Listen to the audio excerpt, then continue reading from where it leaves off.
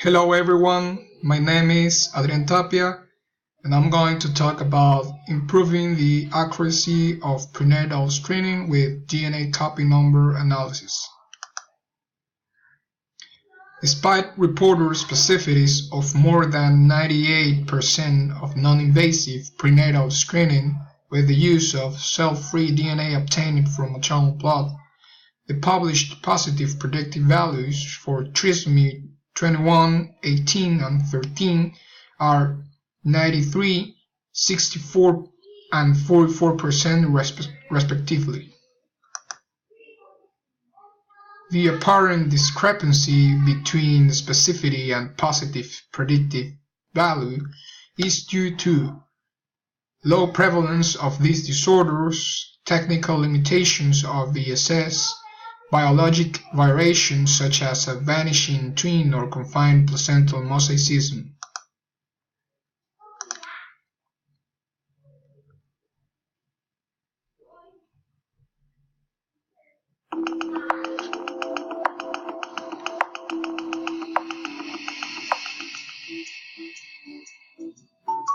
Prenatal testing provides information about your baby's health before he or she is born. Some routine tests during pregnancy also check on your health. At your first prenatal visit, your healthcare provider will test for a number of things, including problems with your blood, signs of infections, and whether you are immune to rheum. Throughout your pregnancy, your healthcare provider may suggest a number of other tests too. Some tests are suggested for all women, such as screenings for gestational diabetes, Down syndrome, and HIV. Other tests might be offered based on your age, personal or family health history, ethnic background, and results of routine tests. Some tests are screening tests. They detect risks for or signs of possible health problems in you or your baby. Based on screening test results, your doctor might suggest diagnostic tests. Diagnostic tests confirm or rule out health problems in you or your baby.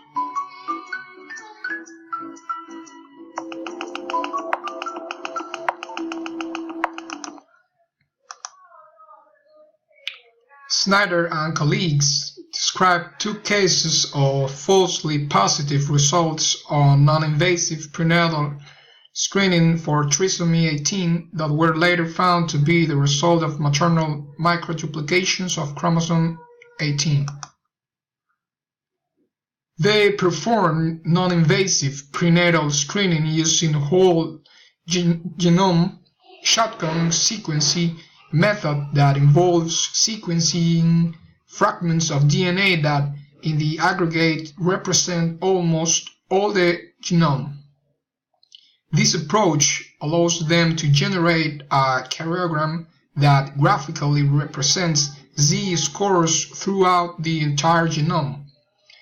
After reading the report by Snyder and colleagues, they institute a process in which for every positive result obtained on non-invasive prenatal screening, we, or they in this case, generate and examine the karyogram for the affected chromosome.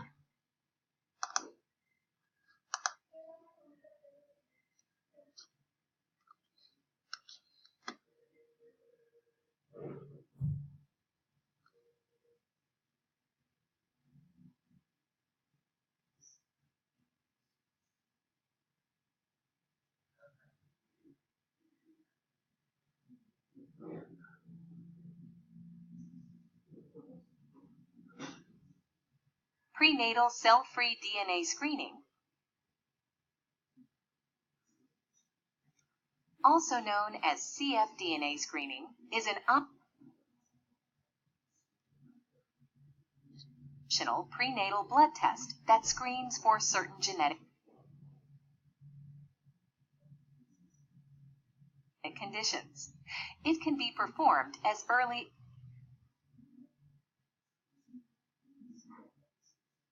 as 10 weeks of pregnancy.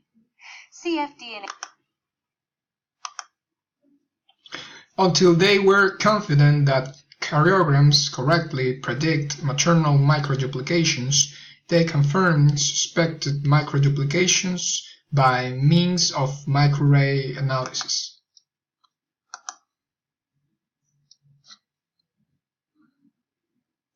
Researchers first removed samples from both the uninfected plant and the plant infected with the virus. mRNA is extracted from each of the plant samples. The mRNA is then reverse transcribed into more stable complementary DNA, called cDNA. The infected sample is fluorescently labeled red, while the uninfected sample is labeled green. At this point, in many microarray experiments, the two cDNA samples are combined. The combined sample of fluorescently labeled cDNA is applied to the microarray chip. The cDNA from the sample binds to its complementary sequence of DNA bases on the chip. We know that the pieces that are fluorescently labeled will stick tightly to the corresponding gene features, but they won't stick tightly anywhere else. So we rinse the chip off after we do the hybridization step, and then we put the chip in a laser scanner to electronically capture the data. The chip is scanned with a laser, activating the fluorescent dyes in the sampled cDNA. A computer captures this information, calculates the ratio of red and green on each spot, which indicates which genes are expressed in the uninfected and infected plant samples.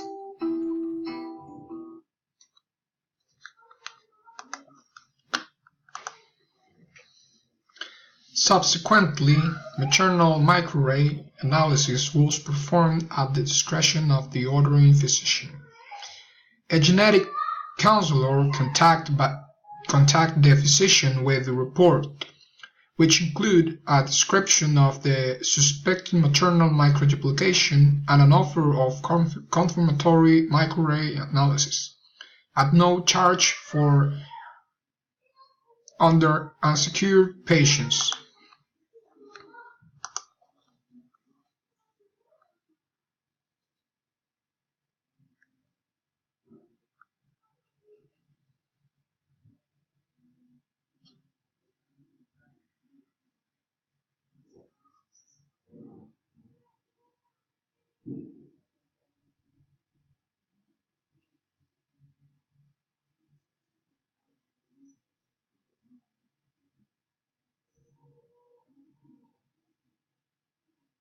This is an animation of the DNA microarray technique that was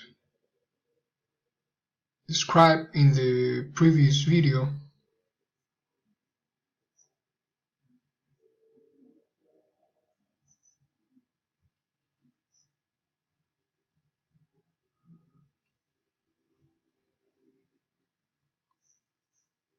Here we take the samples and put it into the computer.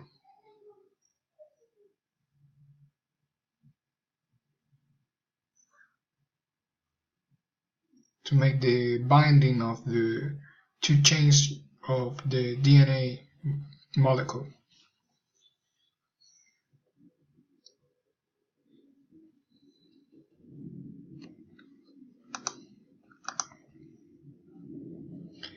Well, microarray analysis showed the presence of maternal microduplication in all the confirmatory tests that were performed.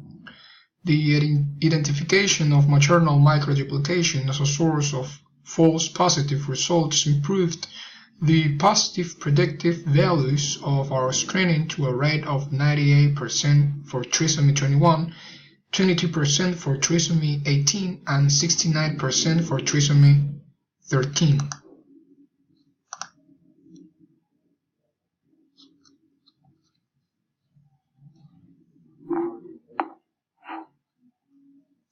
In biology, there's something called a karyotype that is often used to help diagnose issues with somebody's chromosomes. What is a karyotype? Well, basically what they do is they get a cell from somebody and they let it undergo.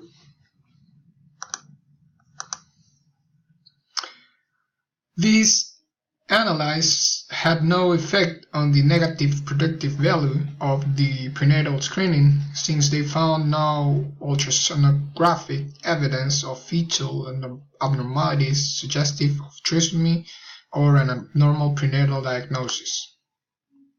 Thank you very much.